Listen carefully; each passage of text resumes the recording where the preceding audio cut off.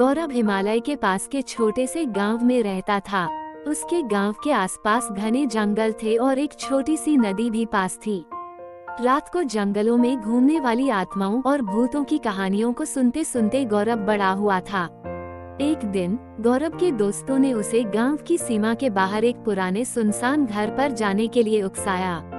उनके दोस्तों ने कहा कि उस घर में कई साल पहले मौत हो गई एक महिला की भूत घूमती है। उसने अपने दोस्तों की बात मान ली और उस घर में जाने के लिए राजी हो गया। जब गौरव घर के पास पहुंचा, तब उसे बहुत ठंड लग रही थी।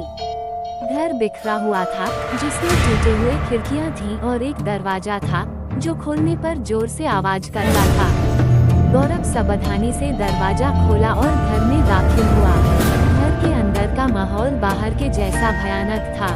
छत से जाले लटक रहे थे और हर कदम पर कुछ न कुछ सामान बिखरा पड़ा था। अचानक गौरव को ऊपर एक आवाज सुनाई दी। उसे लगा कि आसपास कोई चल रहा है। गौरव हिम्मत करके ऊपर गया और देखा लंबी बाल वाली एक औरत सफेद साड़ी में उसके तरफ आ रही है। गौरव डरकर भागने की कोशिश कर रहा था कि उस औरत की आत्मा ने उसका एक हाथ पकड़ लिया और गौरव से विनती करने लगा कि मेरी मदद करो। ये सुनकर गौरव चौंक गया।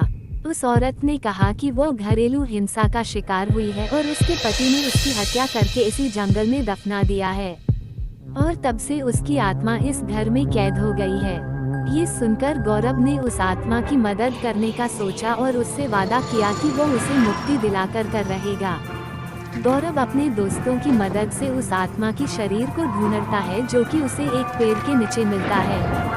फिर गौरव पुलिस को ये सूचना देता है और पुलिस उस आत्मा के पति को गिरफ्तार करता है और कोर्ट उसे आजीवन कारावास की सजा सुनाता है। गौरव एक पंडित को लेकर उस घर में जाता है और पूजा पाठ करवाता है। इससे उस आत्मा को उस घर से मुक्ति मिल जाती है और वो गौरव का धन्यवाद करती है। गांव वाले सभी गौरव के इस कारनामे से प्रसन्न होते हैं और उसे इनाम देते हैं। उस दिन से गौरव को भूत और आत्माओं से डर लगना बंद हो जाता है।